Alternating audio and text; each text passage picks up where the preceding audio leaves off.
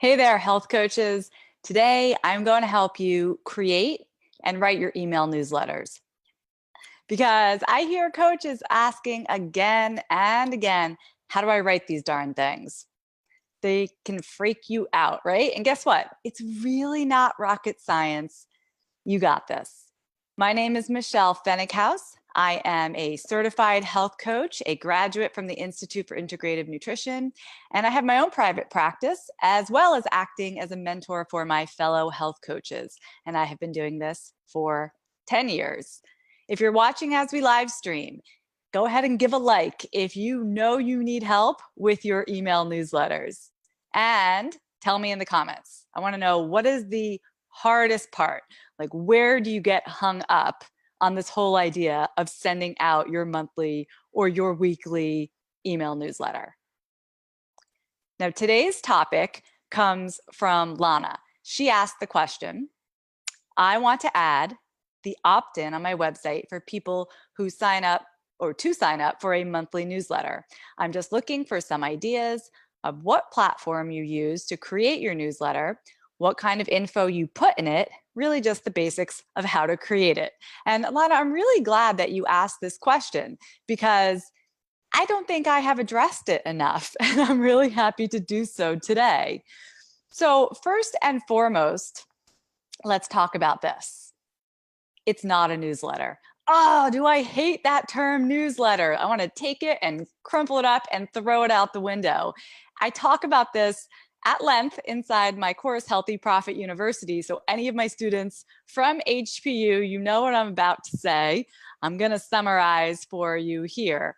Basically, remember back in the day when like your dentist would send you a little newsletter in the mail? Yeah, it would arrive in your mailbox and it was like a miniature newspaper. It would say like the Dental Times, Volume 1, something like that. And there would be an article about dental health, maybe a picture of their new office or the new puppy that they just got, who knows? And then a reminder to book your appointment and I don't know, a word search. You know, this is how people were marketing small businesses back in the day. And it's cute, right? It was like their own little miniature newspaper. But these days, that has moved into the virtual space, of course, just like everything else. And that idea of sending a newsletter has remained, even though when people are checking their emails, think, not only are they checking their email, but they're probably checking it on their phone, you know, at a red light, real quick. They do not want to read article after article and talk about your new office and all this other jazz that would go inside of a newsletter. So in essence, the idea of a newsletter is like the exact opposite of what we want to do with our email marketing. A newsletter is basically saying, here's news about me, here's news about my business. And your reader does not care. No offense, but your reader does not really care about news about your business. Your reader cares about themselves. That's just how it goes. So when we send an email to our savvy, modern readers, first of all, we want it to be quick. Second of all, we want to provide value. We want to be useful. We want to be actionable. And thirdly, we want this person to feel like they got something from us. We want to add something to their life, right? We're not just spewing news at them about our business. So I'm going to take that word newsletter and just throw it to the curb. If you're with me, go ahead and give a thumbs up. We are going to call it email marketing. And the kind of emails that you send either weekly or monthly, your regularly scheduled emails to your list. If I ever use the word newsletter, it's just sort of as a nickname for that idea of sending a regular email with the intention of nurturing your current audience. Okay, so that's really what the quote newsletter is all about. It's about nurturing your list, building on that know, like, and trust factor so that when you do have something to sell, you have this group of people who are just primed. They love hearing from you because you're so useful. They can't wait to buy something from you because, gosh, look at all the stuff you've given them for free. Can't even imagine how great you would be if they were actually hiring you. Okay, so when I sit down to write one of my emails to my list, and I do send out my emails on a weekly basis, I recommend that you pick a schedule to send your emails. If it's monthly, that's great, but really pick a day. Maybe it goes out on the 15th of every month, or maybe it's going to go out on, the second Tuesday of the month at 10 o'clock in the morning. Pick a day, pick a time, and put it on your calendar. In fact, I recommend, if you're like me, everything is in my Google Calendar. So I have the day and time that the email goes out, but then a day or two before that, I block off time for when I'm actually going to write it and schedule it. Before I do anything, I sit down to write my email. The first thing to consider is, what is the business goal? So sometimes in my weekly emails, I am in fact selling something. Maybe I'm sending an email with an affiliate link, or maybe I'm selling a free webinar. I want my audience to sign up for something. In other words, it's an ask. I'm asking them to do something. Okay, those should be rare compared to the second kind of business goal that we'll talk about next. But first, my business goal might be something like that. I'm selling something, I'm asking them to sign up. Yeah, it's an ask. The other kind of business goal could be, all right, I'm writing this email, not because I want them to do anything, but because I want to build my, and this is often called the know, like, and trust factor. So I want my audience to know me better. I want my audience to like me more. Maybe I feel like that we're disconnected. I want to connect more with them. I need them to trust me and see me as an expert in the health and wellness space, right? So you have to know what the goal is. Don't just send an email because somebody told you to send an email. You have to think, what do I need in my business right now? What am I trying to accomplish? And this is a piece of email marketing that's going to help me accomplish that goal. It all starts to make sense, especially as we keep going along. So first, consider the goal. And we're going to do some examples in just a moment. Secondly, once you know the business goal and what you're trying to achieve, what is going to be your call to action? Every email you send, with some rare exceptions, I will say, just about every email you send should have a single call to action. It could be, click here to read my blog post. Click here to check out the interview that I did on such and such podcast last week. It could be, hit reply and answer this question. It could be, go to my Facebook page and take this poll. It could be whatever you want. One time I sent an email out. What did I ask? Oh, I was talking about, well, we'll get to this in a second, why I was talking about my new handbag, but I was talking about my new handbag. And I said, if you want to see a picture of it, hit reply. My goal for that email was to build that like factor. And my call to action was to have them just hit reply and ask for a picture. And then I sent them a picture of the bag that I had just bought. It all starts to make sense when you hear the full context of the email. But for example, hitting reply is just as good of a call to action as click here to read a blog post. So if you don't have a blog, if you don't have a recent podcast interview, there's other ways to get engagement. But it's really, really good practice to not just send an email and be like, here's a recipe, bye, but to say, here's a recipe, and one of the ingredients in this recipe is coconut flour. And if you don't know where to buy coconut flour, click here to see where I buy mine. And that could be an affiliate link, by the way. You want your users, your readers, to get used to taking action in your emails, not just passively reading them, but taking action, because that way, when you are asking them to sign up for something, or you're asking them to buy something or whatever, they are more likely to do that because they are used to engaging with you. So really super important that you know what the call to action is. Again, sometimes it's going to be really obvious. Click here to sign up for my webinar. And sometimes you're going to have to dig a little bit. How can I get engagement with this email? Okay, so now you know your goal, and then you know your call to action. Now you get to the writing part. And I think that this is the hardest part for most people, because you're sitting down at this blank screen, like, what the heck am I supposed to write about? And if you dig from your knowledge base, your emails could come out sounding like this. Dear so-and-so, did you know that whole grains are much preferable to refined grains? You should shop for whole grains in the bulk section. That boring, right? So we don't want to lay out a whole textbook inside of an email. That can get really, really boring. The other thing that you don't want to do is sound, you know, marketing-y. You don't want to be like, hey, I just want to let you know about this great event that I have coming up, and it's going to solve all your problems, and click here to find out more. Because it sounds generic. You could be selling soap.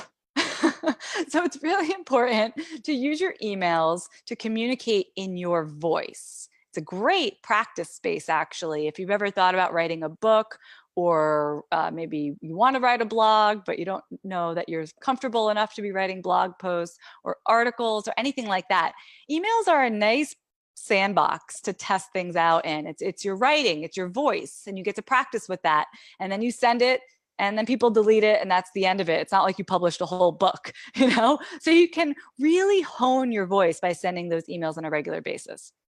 Anyway, all of this is to say, I start my emails 9 times out of 10 with some sort of story or anecdote from my real life. Now listen, I do not have a particularly exciting life. I work from home. I got 2 little kids. You know what I'm doing. I'm cooking dinner. I'm wiping butts. I don't have these amazing stories to tell. So if you feel like you don't have amazing stories to tell either, that's okay. We're not looking for like the time that you climbed Mount Everest. We're just looking for like those everyday little stories. For example, I just wrote an email, and some of you may actually get it in a couple of days. The email starts with my husband telling me that I look greasy. So that's kind of intriguing, right? Like, what do you mean greasy? That's gross. That's weird. You know, why would she be greasy? But it goes on to talk about natural skincare. Anyway, the point is that you want to think about something that's going on in your life, something interesting, slightly interesting, something unusual. And you want to start your email with that because people like to hear your voice. They like to hear about you, and they like to be entertained. So funny stories are all the better. They don't want the same old marketing, blah, blah, blah. Okay. So what are some things, if I was going to write an email right now, and you don't even have to think about what the call to action is, you just have to think about the story, and then I'll tell you how we connect them. Maybe I would talk about how my husband consistently steals my iPhone earbuds. The ones I have are from like 9 years ago because he keeps stealing the new ones. Maybe that's how I start off my email, something like that. I usually just look around me, or I just think about what's going on in my life. Or, you know, I got this turkey sitting over here that I thought was defrosted, but it's not actually defrosted 2 days before Thanksgiving. So like that could be the start. These are relatable topics. So you can start your email with like 1 line, 2 lines, maybe a paragraph talking about this little anecdote in your life. That's the top of your email. Then at the bottom is your call to action. I'm going to do this on the fly for you. I did not prepare this ahead of time. So let's say I started with the little anecdote about how my husband's always stealing my headphones. And then my call to action is going to be, click here to get my Thanksgiving pumpkin pie recipe. Okay, my pumpkin pie recipe. And it's paleo, and it's very healthy and all the rest, right?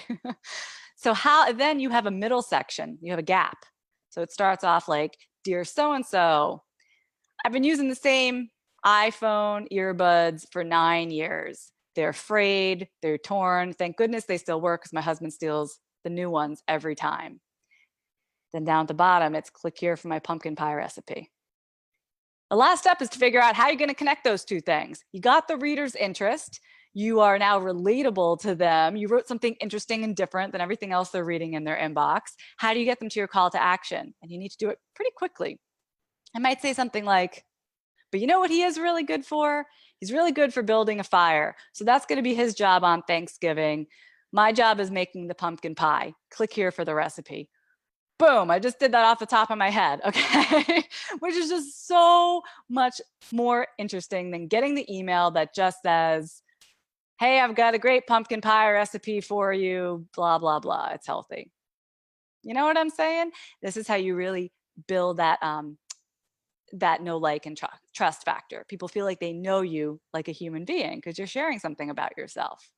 So let's go through it. First, your business goal. Write it down. What do you want to achieve with this email? Second, your call to action. What are you going to ask the reader to do as a result of reading your email?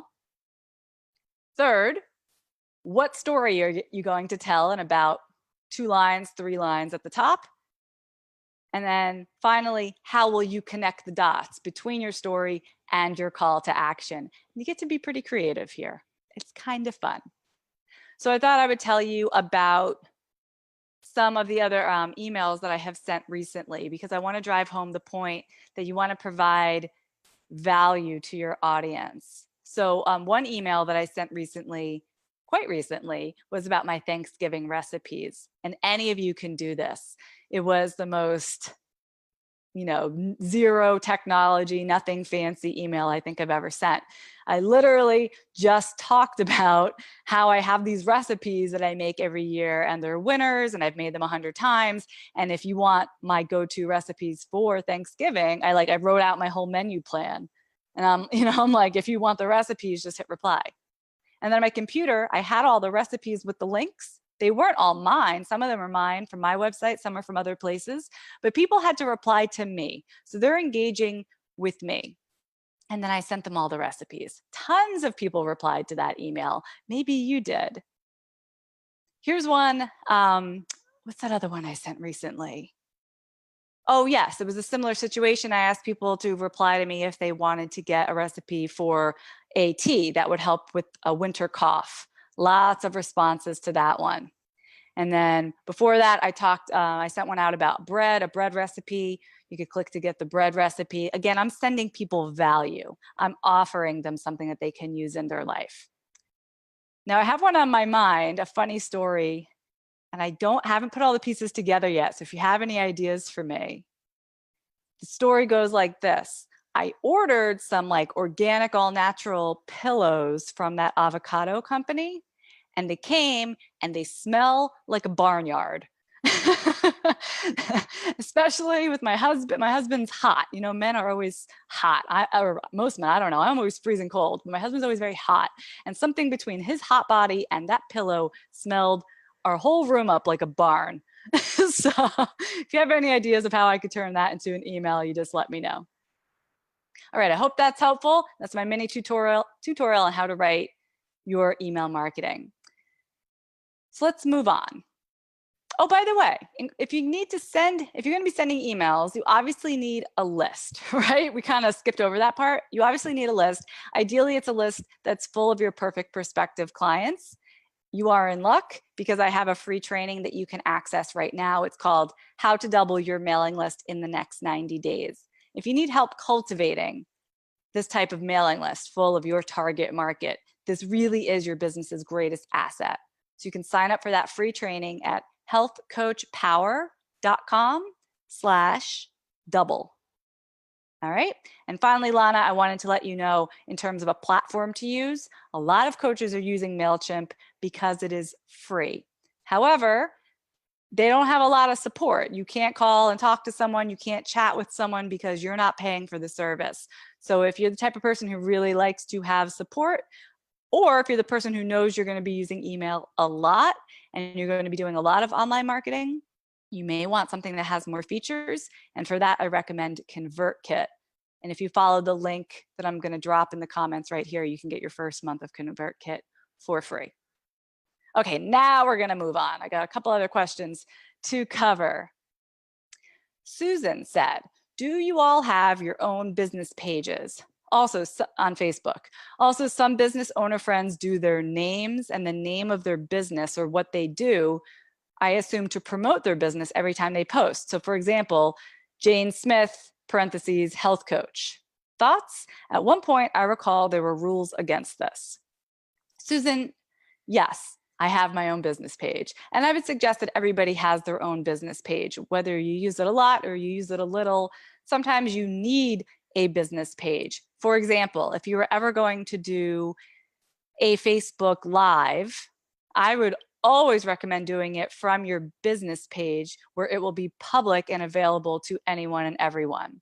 The other thing is that if you're ever going to run Facebook ads, maybe it's in the future, maybe not right now, but you would need a Facebook fan page or business page in order to run the ads. So there's good reasons to have one.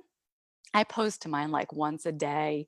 It actually happens automatically. It's not something I put a whole lot of effort and time into because Facebook has pulled back on how much reach they give these pages unless you're paying for ads. So yes, have one. As for what to call yourself on Facebook, I've seen this too. It's just a person who's posting as an individual. They're not even doing anything business related, but their name comes up as that, like Jane Smith, parentheses, health coach. And I think it's a little bit obnoxious. It's kind of like walking into a party, just in your neighborhood and wearing a shirt that says, I'm a health coach. Like, who would do that? I understand. What are you trying to strike up a conversation? That's the way you're going to do it. There's no real need to do it. It comes across a little bit desperate.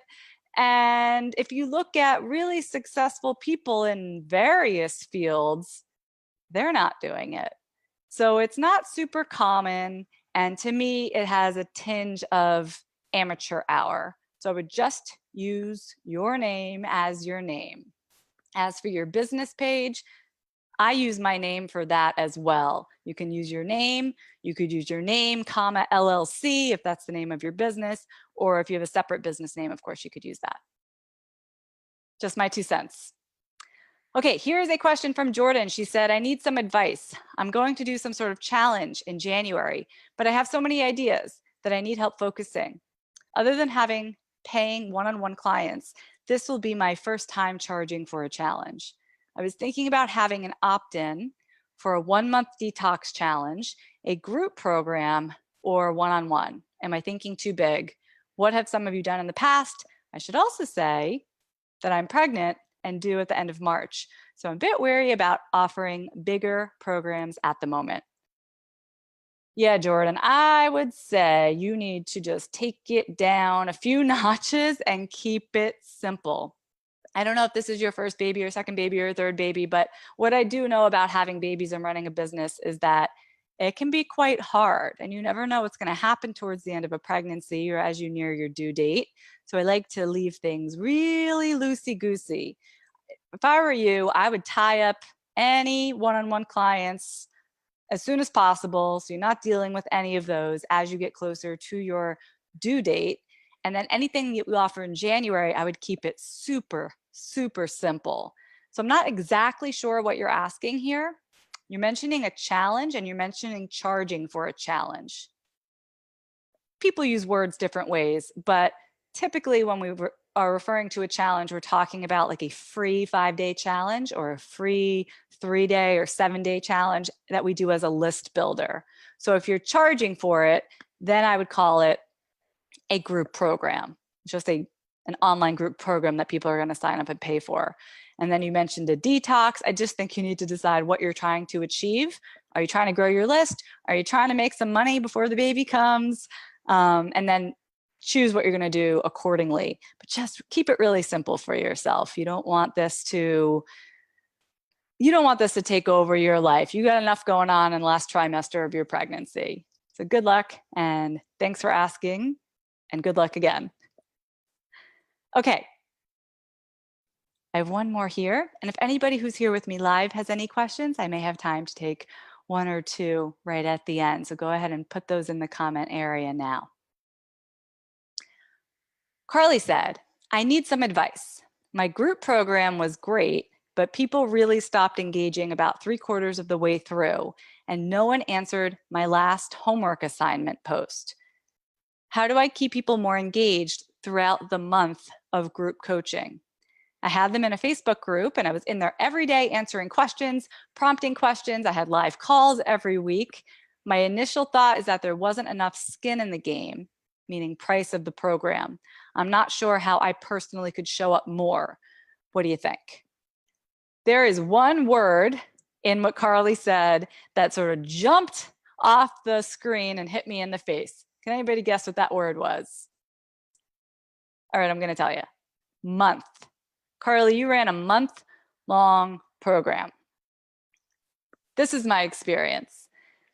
Anything over 2 weeks, people cannot stay engaged. People really just fall off. Now, there's different kinds of group programs. You can run a group program that meets like once every other week for 6 months. And I'm not really talking about those.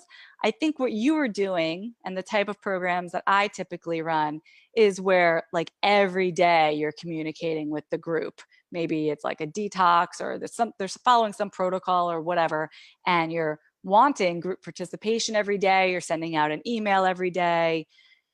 And the problem is that day 7, day 8, day 9 comes along and their interest starts to wane. Their initial enthusiasm just kind of dips a little bit. And I always see drop off around that point. You said about 3/4 of the way through. I bet that there was a drop off even about halfway through, or at least that's been my experience. So what I would want to suggest to you, Carly, is make it shorter. Just make it shorter. I used to run a 3-week program, and there was always a lot of drop off at the end, like every single time. And yet I insisted on running this 3-week program. It was dumb, because if you are running a 3-week program and you lose half of your participants because they get distracted or whatever happens, that means you're only going to get great testimonials from the people who made it to the end, the people who really lived the whole experience, the people who didn't forget about you. You're not going to hear from the other ones, or they are going to feel like they failed. It's not their fault. Maybe something came up. I mean, 3 weeks is a lot of time. Something could happen with their kids. Somebody could get sick. For whatever reason, they're going to feel like they failed, and you're never going to hear from them again. Well, you might, but the point is, it's the ones who finish that are going to give you those great testimonials and have the best experience and refer you to others. So if you're doing it in 4 weeks, see if you can do it in 2 weeks. If you can do it in 2 weeks, see if you can do it in 1 week. I know it sounds crazy. I never thought that I could run my 3-week program in anything less than 3 weeks. But last year I tried doing it in 1 week, and it was great. It was amazing. Everybody had the same experience, same types of testimonials, same great energy. And the difference was that we ended on a high note instead of petering out and ending on kind of a womp womp kind of note. So I can't stress to you enough how much a shorter program might be the answer that you're looking for. All right, you guys, thank you so much for being here. Whether you are watching live, catching the replay later, or listening via podcast, you're the best. I appreciate you. And by the way, the podcast thing is smart, because when you subscribe, you know that you're never going to miss an episode. I do one of these every week. And if you've been getting any value from the show, or a lot of value from the show, please leave a written review on iTunes. That'll show me some love for all of the free content that I put out there. And it's what I need to reach more coaches and keep doing this work. So I would appreciate that so very much. I want to wish you all a happy Thanksgiving if you're here in the United States, and I'll be back next week.